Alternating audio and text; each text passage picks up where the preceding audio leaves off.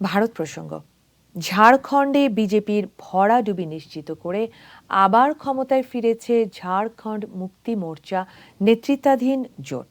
রাজ্যটিতে মাসব্যাপী প্রচারণার সময় জনসভায় ঘুরে ফিরে অনুপ্রবেশকারী প্রসঙ্গ এসেছে, বিশেষ করে প্রধানমন্ত্রী নরেন্দ্র মোদী ও স্বরাষ্ট্রমন্ত্রী অমিত শাহর প্রচারণায়।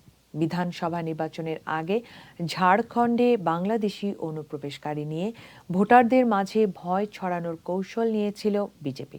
তাদের সেই প্রচারণা প্রত্যাখ্যান করেছে ঝাড়খণ্ডের জনগণ। গত বিধানসভা নির্বাচনের তুলনায় এবার ঝাড়খণ্ডে কম আসন পেতে যাচ্ছে বিজেপি। অপরদিকে তাদের প্রধান প্রতিদ্বন্দ্বী জেএমএম নেতৃত্বাধীন ইন্ডিয়া জোটের আসন সংখ্যা উল্লেখযোগ্য হারে বাড়ছে।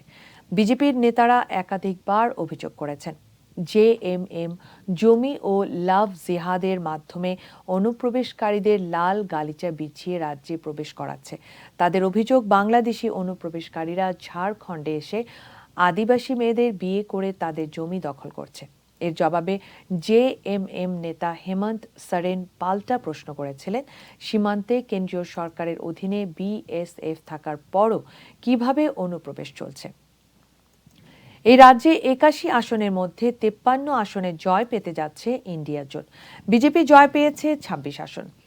বিধানসভা নির্বাচনে আরেক রাজ্য মহারাষ্ট্রে বড় জয়ের পথে বিজেপি নেতৃত্বাধীন জোট। ২৮৮ আসনের মধ্যে ২২৬টিতেই জয় পেতে যাচ্ছে তারা।